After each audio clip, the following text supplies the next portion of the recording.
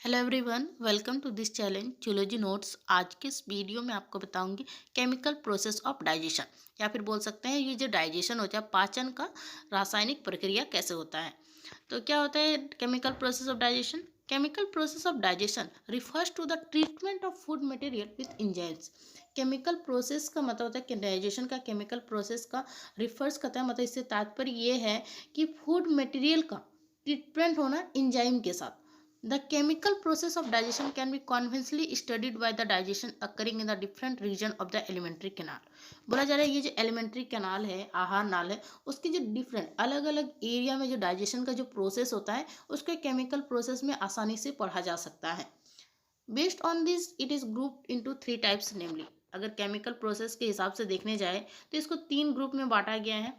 पहला buckle digestion, जिसका दूसरा नाम है सेलेब्री डाइजेशन भी बोला जाता है। दूसरा है गैस्ट्रिक डाइजेशन एंड तीसरा है इंटेस्टिनल डाइजेशन। पहला है बक्कल डाइजेशन। इसमें क्या होगा, digestion of the food occurring inside the buccal cavity is called buccal digestion. बोला जा रहा है फूड जो ये जो डाइजेशन का फूड जो होता है जब वो बक्कल कैविटी के अंदर होता है तो उसको बक्कल डाइजेशन कहा जाता है। As salivary enzyme play the major role here it is also called salivary digestion. और यहाँ पे जो होगा सेलेवरी इंजाइम मतलब लार का जो इंजाइम्स होता है वो बहुत ही इंपॉर्टेंट रोल प्ले करता है, जिस वजह से इसका नाम सेलेवरी डाइजेशन भी कहा जाता है। In the mouth, food is masticated. During mastication, the food is crushed into smaller particle.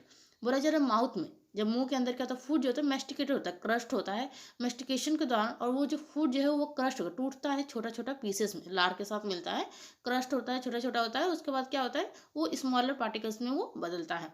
As it is crushed it is mixes with secretion of salivary gland. जब ये क्रस्ट होता है तो ये सलेवरी ग्लैंड के साथ मतलब सलेवरी जो होता है लार का ग्लैंड का सिक्रेशन के साथ भी वो मिक्स होता है।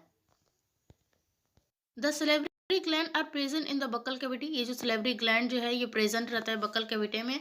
और vertebrates can contain 4 pairs of salivary gland but man contains 3 pair of they are.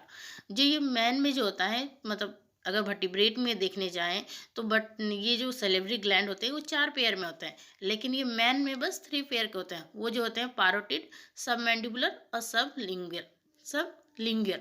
ये जो मतलब पैरोटिड जो होता है ये ग्लैंड जो होता है ये कान के ठीक नीचे और सामने रहता है, और ये जो पैरोटिड होता है ये स्टेशन की वाहिनी मतलब उसकी वेसल्स के माध्यम से बाहर की ओर खुलता है। और ये जो सब मैंडिबुलर होता है ये जो ग्लैंड है ये निचला जबड़ा के कोन में मौजूद रहता है, और ये वर्टिन वाहिनी के द्वारा मुंह में खुलता है। उसके बाद ये सबलिंगुअल, ये क्या होगा, तो ये जो है ये ग्रंथियां जो होता है ये मतलब ये सबलिंगुअल जो ग्लैंड है ये जीभ के नीचे स्थित रहता है, और ये बहुत सारे नलिकाओं के माध्यम से मुंह में खुलता है। उसके बाद इस फिगर को आपको यहाँ पे ड्रॉ करना है कि सलेवरी ये जो सलेवरी ग्लैंड जो होता है वो मैन में कैसा होता है।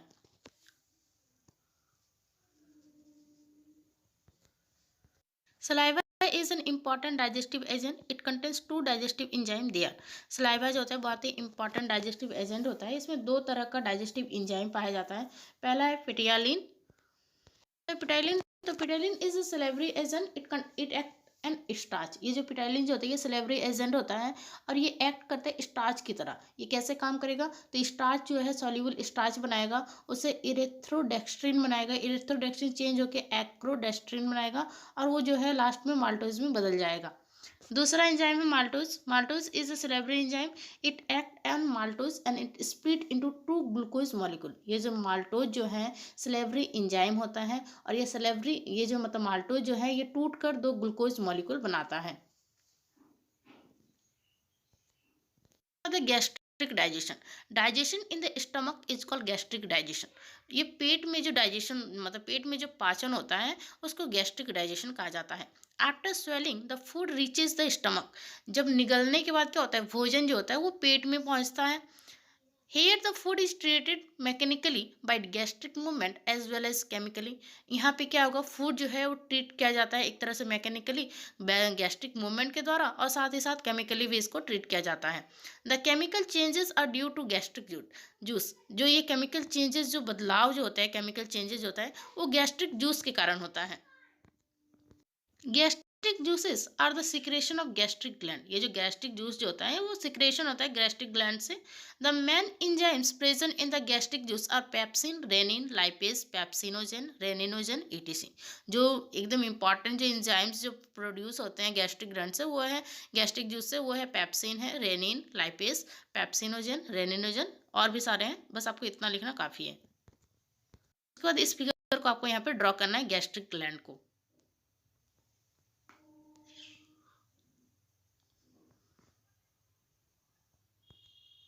Third, intestinal digestion. As far as digestion is concerned, small intestine, especially duodenum, is significant because it receives pancreatic juice from pancreas, bile from liver, and intestinal juice from intestinal gland.